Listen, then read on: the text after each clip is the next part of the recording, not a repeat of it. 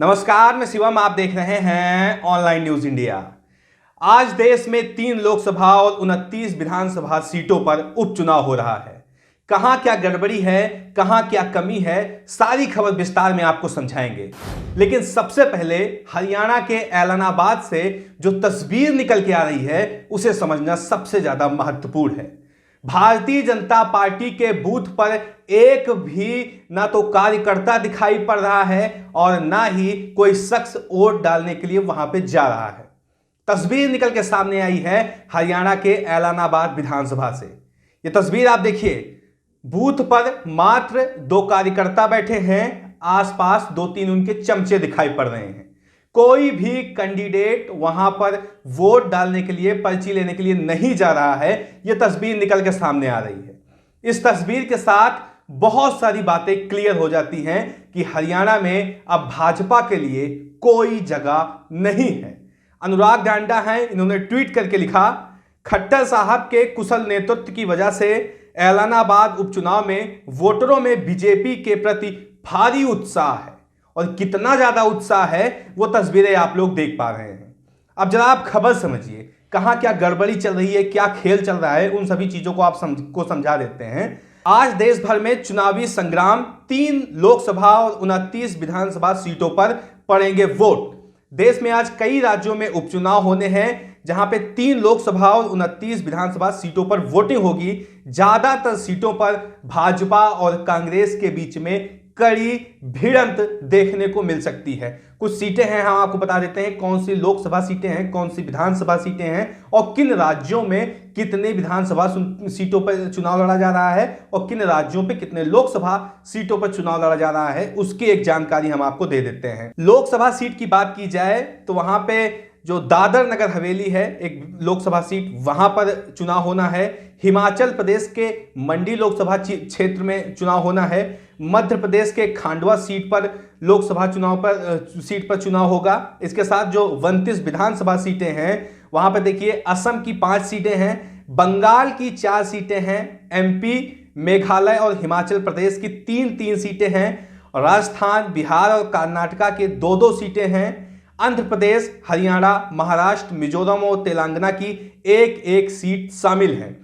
सभी सीटों को मिला लिया जाए तो 29 सीट हैं और इन 29 सीटों के परिणाम जो हैं वो 2 नवंबर को आने वाले हैं, 2 तारीख को आने वाली है। तो जो तस्वीरें अभी निकल के सामने आ रही हैं, उन तस्वीरों के अनुसार अगर कहा जाए तो भारतीय जनता पार्टी का सुपड़ा साफ होते हुए दिखाई पड़ रहा है। हरियाणा में, अगर हरियाणा की बात की जाए तो हरियाणा की जो तस्वीर निकल के सामने आई उससे आप भली भांति परिचित हो गए होंगे और हरियाणा में क्या स्थिति है भाजपा की वो आप समझ लिए होंगे।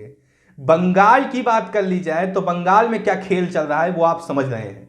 बंगाल में, पश्चिम बंगाल के अंदर ममता बनर्जी को शह और मात देने की स्थिति में भारत में कोई पार्टी नहीं है। किस तरह से ममता बनर्जी ने भारतीय जनता पार्टी को मात दी है बंगाल के अंदर, वो सारी चीजें आपने देख ली। कुछ दिन पहले भी बंगाल में उपचुनाव हुआ था और उस चुनाव में ममता बनर्जी ने भाजपा के कैंडिडेट को कड़ी शिकस्त दी थी। अब क्या पूरा खेल चल रहा है और ऐलानाबाद विधानसभा जो सबसे अहम मानी जा रही है, अहम क्यों मानी जा रही है ये हम आपको बता देते हैं कि जो ऐलानाबाद विधानसभा है वहां पे पहले विधायक थे अभय चौटाला, दुष्यंत चौटाला के भाई, जो कि हरियाणा में डिप्टी सीएम है। उनके भाई ने किसानों के समर्थन में आकर अपनी सीट से इस्तीफा दे दिया था। उसके बाद अब पुनः चुनाव हो रहा है। अभय चौटाला भी मैदान में है और भाजपा जसपा के कैंडिडेट हैं गोविंद कांडा। इन दोनों के बीच में कड़ी टक्कर देखने को मिल रही है। लेकिन टक्कर क्या है वो आप लोग समझ गए हैं, क्योंकि जिस तरह से वहां का समीकरण बदल रहा है और सारी चीजें निकल के सामने आ रही हैं, उसके बाद यह कहा जा सकता है कि हरियाणा में अब भाजपा और जसपा का जो वर्चस्व है वो बिल्कुल समाप्त होता हुआ दिखाई पड़ रहा है। पिछले कई महीनों में इस तरह की लगातार खबरें आ रही हैं कि भाजपा के नेताओं का घर से निकलना मुश्किल कर दिया गया है। जिस तरह से हरियाणा के करनाल में किसानों के ऊपर लाठीचार्ज किया गया, बर्बरता की गई खट्टर सरकार के द्वारा, अभी वहां पे अध्यापकों के ऊपर लाठीचार्ज किया गया, उनके ऊपर बर्बरता की गई। इन सभी चीजों को देश के जो किसान हैं, हरियाणा के जो किसान हैं, वह देख रहे हैं, समझ रहे हैं और इन सभी बिंदुओं को नजर में रखते हुए वो वोट करेंगे। एक और खबर निकल के सामने आ रही है, उस खबर को हम आपको बता देते हैं। ये खबर जो है वह मध्य प्रदेश के लोकसभा सीट से निकल के सामने आ रही है। खांडवा मध्य प्रदेश की लोकसभा सीट जहां पे उपचुनाव होना है, वहां से एक वीडियो वायरल हो रहा है और उस वीडियो में एक शख्स है जो ईवीएम मशीन के सामने जाता है, भाजपा को वोट देता है और उसका वीडियो बनाता है और वीडियो सोशल मीडिया पे डाल देता है।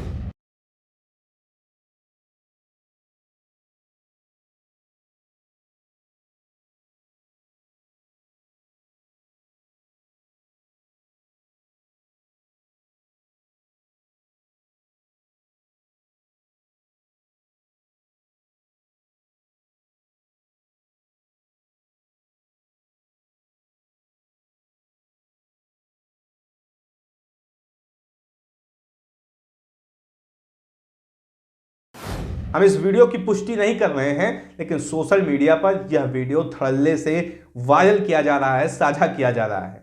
अब इस वीडियो में क्या है, शख्स वोट देता है, उसकी वीडियो रिकॉर्डिंग करता है, फिर सोशल मीडिया पे डालता है। लेकिन इलेक्शन कमीशन की मानी जाए तो इलेक्शन कमीशन के गाइडलाइंस में साफ तौर से कहा गया है कि चुनाव के दरमियान वोट देते समय कोई भी शख्स इलेक्ट्रॉनिक उपकरणों का प्रयोग नहीं कर सकता है। तो ये कौन से लोग हैं जो वहां पे जाके वीडियो बना रहे हैं, ये सवाल पूछा जाना चाहिए। और वो भी भाजपा को वोट देते समय उसका वीडियो बनाया जा रहा है, उसे सोशल मीडिया पे डाला जा रहा है, लेकिन इलेक्शन कमीशन अभी तक कोई संज्ञान इस पूरे मुद्दे पर नहीं लिया। तो कई सारे सवाल हैं और इन सवालों की तह तक जाना सबसे ज्यादा अहम है, क्योंकि जिस तरह से पिछले कई सालों में ईवीएम मशीन पर सवाल खड़ा किया गया, उसको लेकर चुनाव आयोग की कोई खास और कड़ी प्रतिक्रिया नहीं आई है और इस बार भी कुछ ऐसा ही दिखाई पड़ रहा है। फिलहाल इस वीडियो को लेकर, इस खबर को लेकर आपकी राय क्या है, कमेंट बॉक्स में जरूर बताएं। साथ ही साथ चैनल को सब्सक्राइब करें। मिलते हैं इस तरह किसी और खबर के साथ, तब तक के लिए नमस्कार। चैनल को सब्सक्राइब करें और घंटी जरूर दबाएं।